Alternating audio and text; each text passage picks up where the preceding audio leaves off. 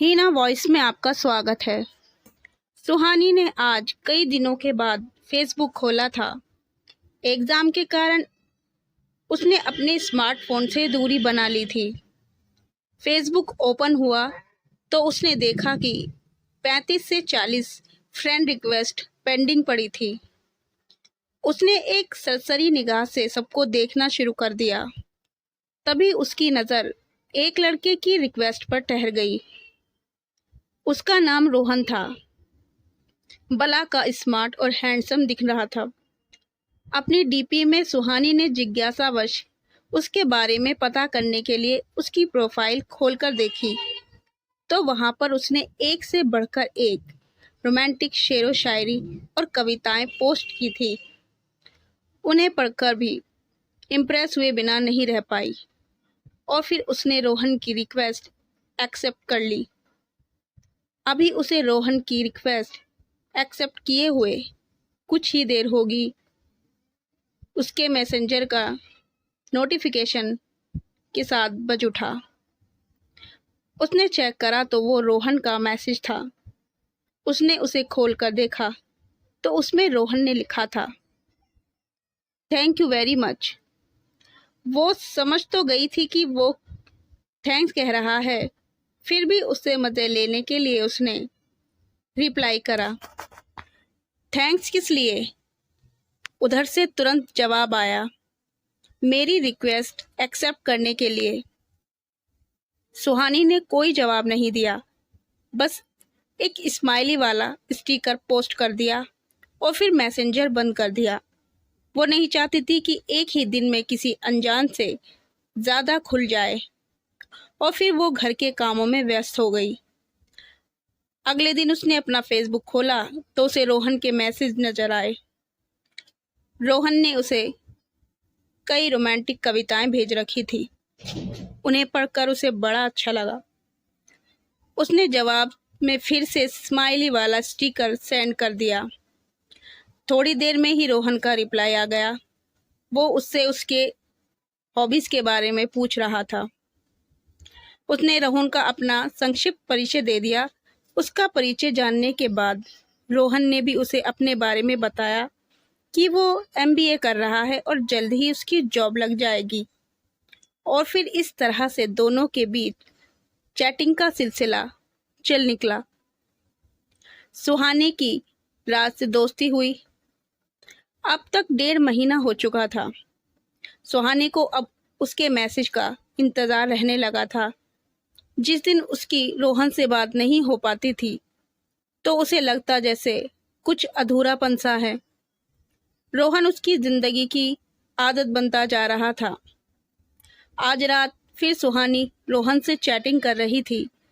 इधर उधर की बात होने के बाद रोहन ने सुहानी से कहा, यार हम कब तक यूं ही सिर्फ फेसबुक पर बातें करते रहेंगे। यार मैं तुमसे मिलना चाहता हूँ, प्लीज कल मिलने का प्रोग्राम बनाओ ना। सुहानी खुद भी उससे मिलना चाहती थी और एक तरह से उसने उसके दिल की ही बात कह दी थी, लेकिन पता नहीं क्यों वो उससे मिलने से डर रही थी। शायद अनजान होने का डर था। वो सुहानी ने यही बात रोहन से कह दी, अरे यार इसलिए तो कह रहा हूँ कि हमें मिलना चाहिए। जब हम मिलेंगे तभी तो एक दूसरे को जानेंगे। रोहन ने उसे समझाते हुए मिलने की जिद की। अच्छा ठीक है, बोलो कहाँ मिलना है, लेकिन मैं ज़्यादा देर नहीं रुकूंगी। वहाँ सुहानी ने बड़ी मुश्किल से उसे हाँ की। ठीक है, तुम जितनी देर रुकना चाहो रुक जाना, रोहन ने अपनी खुशी छुपाते हुए उसे कहा और फिर वो सुहानी को उस जगह के बारे में बताने लगा जहाँ उसे आना था। अगले दिन शाम को 6 बजे शहर के कोने में एक सुनसान जगह पर एक पार्क, जहाँ पर सिर्फ प्रेमी जोड़े ही जाना पसंद करते थे, शायद एकांत के कारण रोहन ने सुहानी को वहीं पर बुलाया था। थोड़ी देर बाद ही सुहानी यहाँ पहुँच गई। रोहन उसे पार्क के बाहर गेट के पास अपनी कार से पीठ लगा के खड़ा हुआ नजर आ गया। पहली बार उसे सामने देखकर वो उसे बस देखती ही रह गई।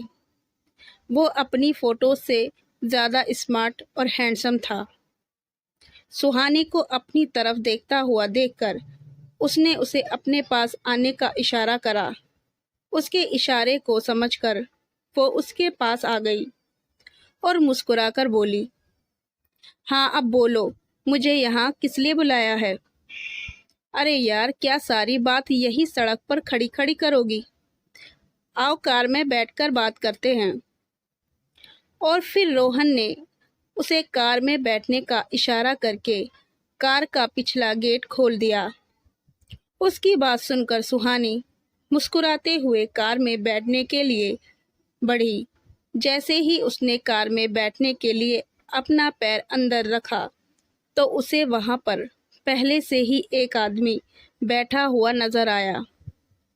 शक्ल से वो आदमी कहीं से भी शरीफ नजर नहीं आ रहा था। सुहानी के बढ़ते कदम ठिठक गए।